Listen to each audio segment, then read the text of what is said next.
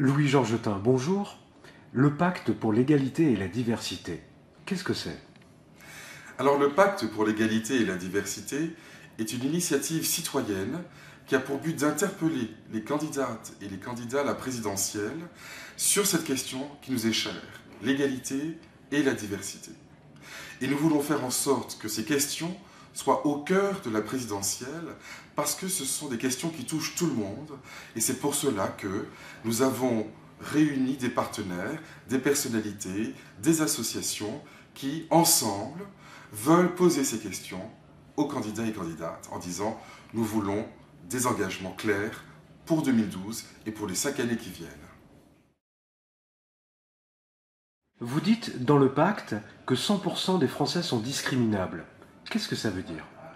Alors, quand on parle par exemple des 5 critères européens de discrimination, que sont l'âge, l'origine, le genre, l'orientation sexuelle et le handicap, eh bien toutes ces personnes réunies, ça fait déjà 80% de la société française. Ceux qui ne sont pas dans ces 80% sont de toute façon une minorité.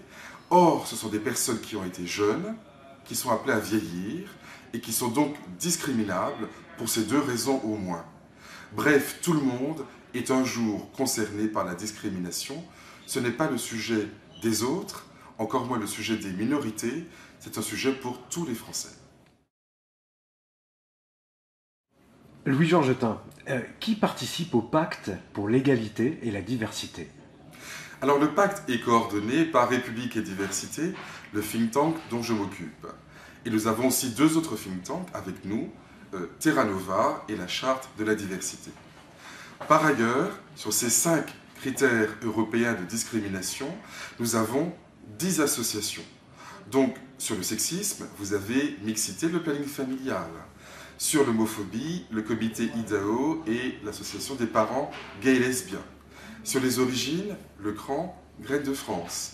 Sur la question du handicap, l'association des paralysés de France et la Fédération des aveugles de France. Et sur la question des âges, AnimaFac et Caca Citoyen. Ça fait, vous voyez, un ensemble très riche, très divers, très intéressant. C'est la France qu'on aime. Le pacte, comment ça fonctionne exactement? Alors comment est-ce que le pacte fonctionne? Nous sommes partis des 5 critères en question et dans chacun de ces domaines, il y a des propositions qui sont faites pour interpeller les candidats et les candidates. Alors des propositions qui portent sur l'international, sur le droit, sur la cohésion sociale, sur culture, éducation et santé.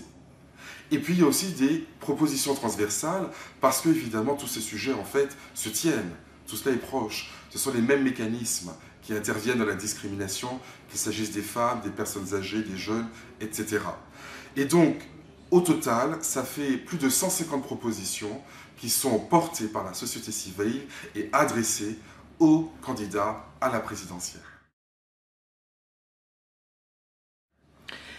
Y a-t-il un calendrier pour le pacte? Alors oui, nous avons un agenda très fort, 3 étapes majeures. Mi-décembre, la publication dans un grand quotidien, en l'occurrence Libération. Le 8 février, la sortie d'un livre aux éditions Autrement, diffusé par Flammarion. Et puis le 21 mars, c'est la journée mondiale de lutte contre les discriminations, une émission télé sur une chaîne que je ne vous dis pas pour l'instant, c'est une surprise.